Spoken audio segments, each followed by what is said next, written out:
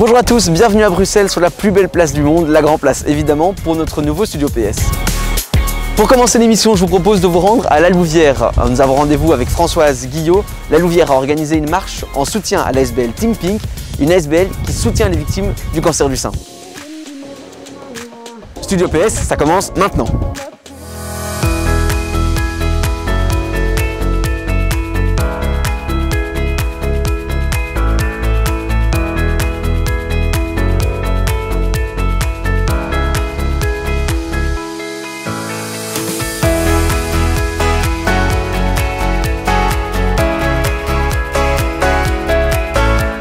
Françoise, vous êtes échevine de la santé ici à La Louvière et vous avez mis en place un partenariat avec Think Pink. Est-ce que vous pouvez nous l'expliquer? Oui, c'est-à-dire que lors du conseil communal du mois de février, j'ai eu une interpellation nous proposant d'adhérer à cette ASBL et de devenir La Louvière Ville Rose. Et donc nous y avons travaillé malgré le confinement et grâce à ma collaboratrice qui a vraiment fait un travail remarquable, nous avons pu aboutir lors du conseil communal du 15 septembre à signer la convention avec cette ASBL Think Pink qui nous engage pour travailler avec eux pendant 3 ans qui pourront être renouvelés. Justement, cette convention de 3 ans, elle vous engage à quoi auprès de l'ASBL? Mais en fait, nous, on s'est engagés. Nous avons proposé des engagements. Tout d'abord, c'est de promouvoir la santé et promouvoir surtout le dépistage auprès de nos citoyens, auprès de nos collaborateurs. Et donc travailler avec les canaux de communication, donc organiser des manifestations telles que celle-ci aujourd'hui, c'est-à-dire que l'amicale du personnel Ville CPAS a organisé une marche de 5 km. Et donc nous avons quand même près de 180 collaborateurs qui participent aujourd'hui à cette marche de 5 km. Et bien sûr, nous avons payé une adhésion, donc tous les fonds évidemment servent à la recherche scientifique. En tant qu'échevine socialiste, soutenir ce genre d'initiative, de ce genre de projet, ça fait partie de vos engagements? Tout à fait. En tant qu'échevine socialiste, mais aussi en tant que femme, il me doit de faire cela car effectivement, il y a quand même une femme sur 9 qui est concernée par le cancer du sein et un homme sur 100. Bien sûr, les chances de guérison, elles augmentent d'année en année. Pour l'instant, il y a quand même 9 victorieuses, donc c'est-à-dire les femmes qui ont eu le cancer du sein, 9 victorieuses sur 10 qui sont guéries au bout de 5 ans. Mais il y a aussi le fait qu'une femme sur 3, à l'heure actuelle, s'est toujours pas fait dépister une seule fois. Et donc oui, la prévention, la sensibilisation, c'est à nous, le politique, à le faire. Alors je pense que le mois d'octobre il est particulier pour Think Pink. Qu'est-ce qui est prévu à La Louvière justement pendant ce mois d'octobre? Donc en fait le mois d'octobre, on l'appelle le mois d'octobre l'octobre rose parce que c'est le mois où justement il y a toute la prévention et la sensibilisation qui est faite aux citoyens. Ici à La Louvière, nous allons y participer en vendant tout d'abord les petits rubans roses à 1 €. La ville va être éclairée pendant tout le mois d'octobre en rose à différents endroits stratégiques et on a aussi décidé d'acheter des fleurs roses qui seront mises à des points centraux de la ville. Merci beaucoup Françoise pour votre accueil. On va continuer la marche avec vous. Très bien, merci. Et on se retrouve bientôt pour d'autres initiatives. Mais merci beaucoup à vous.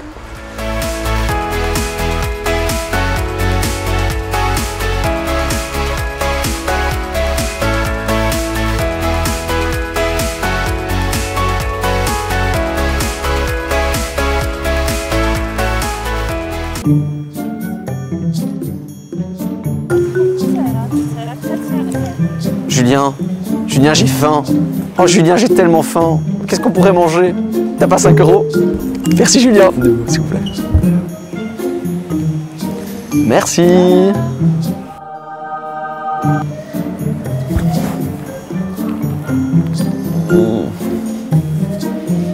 Les gaufres, il n'y a vraiment rien de meilleur, mais on sait que niveau sucre, c'est pas top. Et en parlant de sucre, on a rencontré Stéphane Demule, député à la province du Luxembourg. Il va nous présenter sa mallette éducative qui vise à sensibiliser les jeunes aux soins dentaires. Un reportage qui a du mordant.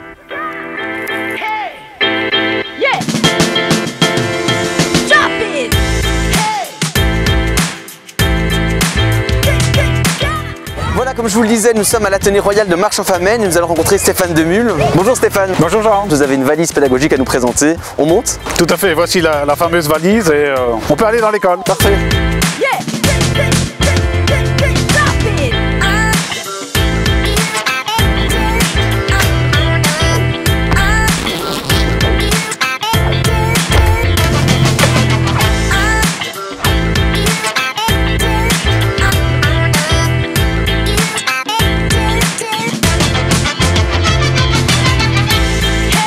Stéphane, nous voilà dans une classe de l'Athénée Royal de Marche-en-Famenne, une mallette de sensibilisation à la santé bucco-dentaire. D'où vient le projet, Stéphane? Donc c'est un projet de longue haleine qui est né en 2010. En fait, une grande enquête a été lancée à peu près auprès de 1700 jeunes. Il est ressorti de ces constatations qu'il y avait beaucoup d'efforts à faire et donc c'est pour ça que la province a décidé de lancer un dossier pédagogique par rapport à l'hygiène dentaire auprès de nos jeunes. Stéphane, cette étude, qu'est-ce qu'il en est ressorti? Et donc 3 constats. Principalement, donc d'abord sur la manière de se brosser les dents. Je crois qu'il faut travailler sur la fréquence, le fait de le faire de manière correcte. Et donc tout ça, c'est des outils qui étaient à développer. Également, une seconde action portée sur l'image du dentiste, hein, puisqu'on a souvent une image négative du dentiste, puisqu'on y va quand on a mal. Le but, c'est essayer de donner l'image de dentiste comme quelqu'un de bien quand on y va de manière préventive. Et enfin, c'est une action portée sur ce qu'on consomme et évidemment essayer de promouvoir l'usage de l'eau et non des boissons sucrées. La mallette qu'on voit juste là, Stéphane, qu'est-ce qu'elle contient? Mais donc elle contient différents outils qui vont travailler sur ces axes. Et donc la mallette ici est donnée dans des écoles et des classes des élèves de 5 et 6 ans afin qu'ils prennent le problème le plus tôt et qu'ils sachent comment se brosser les dents de la meilleure manière. Voilà, vous l'avez entendu, une valise éducative prévue pour les 5-6 ans. On va aller rencontrer l'équipe éducative qui utilise justement la valise.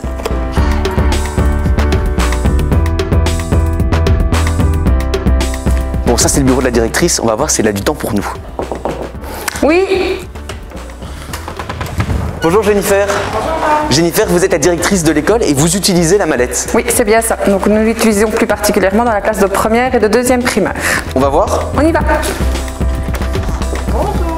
Bonjour. Ils sont en train de réaliser leur propre mâchoire et leur propre représentation des dents. Vos professeurs, ils sont contents de ce que la province a mis en place pour vous? Bien sûr, ils sont ravis d'avoir des outils supplémentaires pour pouvoir agrémenter leurs leçons. De plus que les outils proposés sont très imagés et ça permet aux enfants, surtout aux jeunes enfants, d'avoir une représentation plus détaillée que ce qu'ils peuvent avoir par des outils beaucoup plus abstraits. Les incisives, vous allez les faire comment?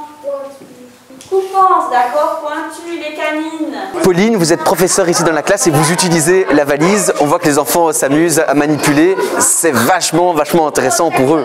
Ah oui, ils adorent parce qu'ils peuvent vraiment, comme vous dites, manipuler. On a pris des petites assiettes pour représenter la mâchoire, de la pâte à modeler pour la gencive et les dents. Elle est vraiment très pédagogique, tout est bien expliqué, illustré, avec pas seulement des photos d'ordinateur, mais aussi des photos sur le terrain, avec des modèles d'enfants, des explications, des panneaux d'instituts qui en ont créé, etc.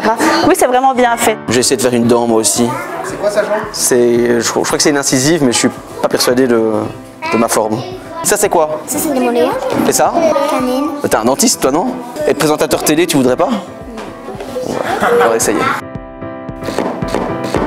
Stéphane, sensibiliser les enfants dès leur plus jeune âge, ça a un réel avantage dans le futur. Ben oui, tout à fait, parce que la prévention, c'est vraiment l'arme maîtresse par rapport à la santé. Parce que dans tous les domaines, et on le voit ici clairement en matière dentaire, si jamais il y a une bonne hygiène des dents, ben évidemment les enfants vont moins utiliser les soins dentaires, moins d'opérations, moins de coûts pour la sécurité sociale, et donc c'est un bonus pour toute la population. Stéphane, des projets pour les enfants et pour les moins jeunes, vous en avez d'autres en préparation? Oui, tout à fait. C'est un axe que j'ai voulu mettre en avant, comme député à la santé socialiste en plus, évidemment, c'est de lancer toutes ces actions de prévention, notamment par le biais d'un appel à projet soupe, où on veut éduquer les enfants à la bonne nourriture.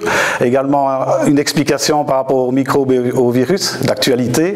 Et alors des projets à plus long terme, comme la prévention des maladies chroniques, et également tout l'axe du 3e âge. Donc ça, c'est vraiment un engagement que je fais comme homme politique socialiste. Vous avez encore peur du dentiste ou pas, les gars? Non?